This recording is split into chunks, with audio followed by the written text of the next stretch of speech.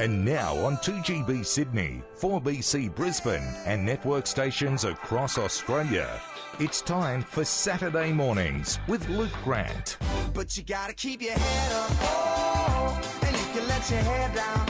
Hey, hey, hey, hey. Good morning. Welcome to the show. Saturday, May 13 today. Thanks for having us on where you are in Sydney on 2GB, in Brisbane on 4BC. Now, we all know the saying, never judge a book by its cover, and that's certainly very true when it comes to restaurants. Sometimes we make a decision about where to eat based on a shop front, maybe some images we see online, but when we walk in, it's completely different. Well, this might well change thanks to Google Indoor Street View. You can have a look inside a restaurant from the comfort of your own home before you go there. Means you know what to expect, where to sit, even where the bathrooms are, without having to ask the waiter. It is, in part, revolutionising the food industry.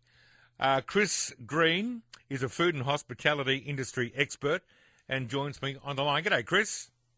Good morning, Luke. Thank you for speaking with me. No worries. Thank you for being available. So let's talk first about this Google Indoor Street View. Is it widely available yet, and how will it actually work for us that use it at home? So it is already being rolled out through the US, and it's starting to become available in Australia. So what I'm seeing with my research is that Google are trying to recruit photographers to come on board. The only way you can actually get indoor street view into your restaurant is if you use a Google certified and trusted photographer. And they have to go through an accreditation process to prove that they have the integrity to provide this online service.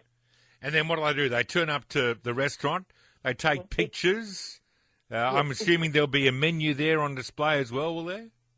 Not necessarily. It's an indoor movie process. So similar to Google Street View, when you go to maps.google.com and you type in an address and search it, before you go there, you want to have a look outside. Yeah. And you can spin around and move up and down the roads and the street. Indoor View does the exact same process. So they use a camera that has, for want of a better word, it takes sphere photographs. So it's a rounded panoramic process. They do 90-degree rotations on a camera tripod within the restaurant, and then they move that back throughout the restaurant, and then that will create a movie type of process that you can control from your computer, whether you want to move forward, back, rotate, look up at the ceiling, look down at the floor, and that's the effect that it has. And this has been coming a long way from those 3D panoramic glasses that you can wear. What's the best way, Chris, to determine if the food's any good? Me, I like to scroll and flip through Instagram. I am a food addict. I do love food photos. I know there's a cult out there that absolutely hates it and gets disgusted by it. But for me, the best way to see the quality of the food is what the general public take photos of food and then they put it up. So how it tastes, I think you can only experience that when you go there.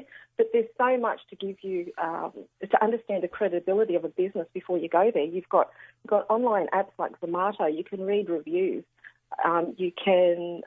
Do you trust those reviews? Do you think they're worth the time it takes to read them? Do you trust them? I read a lot of them, and then I form my own opinion. If there's too many swinging towards the negative aspect, that may influence my decision. If I've got some inside knowledge because of my connections in the industry, I'll just trash it, won't bother. I'll still go to the restaurant. Yeah. But there is, you raised that topic just before we went to air, that the online reviews can have a devastating effect. Yes. And those apps can remove those reviews, but the restaurant owner has to go to the effort of challenging the app company to get it removed. Yeah. And that can be quite a long, difficult process. And some of these restaurants are running pretty lean, so they don't always have the resources to allocate the time to that type of site. No, well, they're already working so many hours of the day to, open, prepare, etc. Then to hear some knuckleheaders giving you a hard time online, you've got to then try and negotiate your way through whatever it might be, whatever the social media platform is.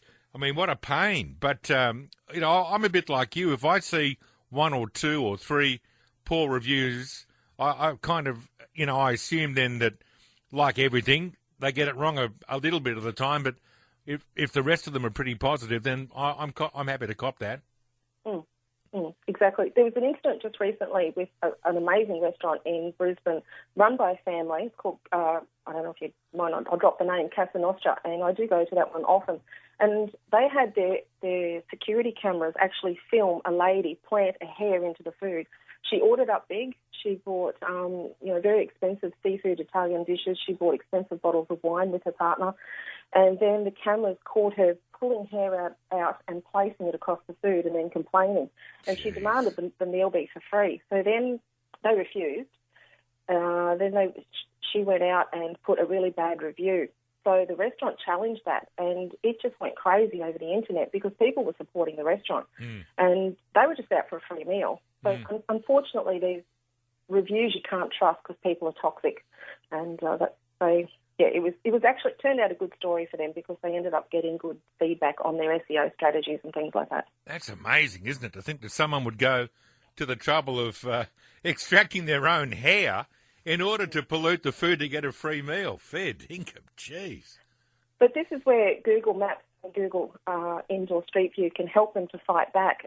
If some of these restaurants now, it's not just about the foot traffic. It's always been about location, location, location.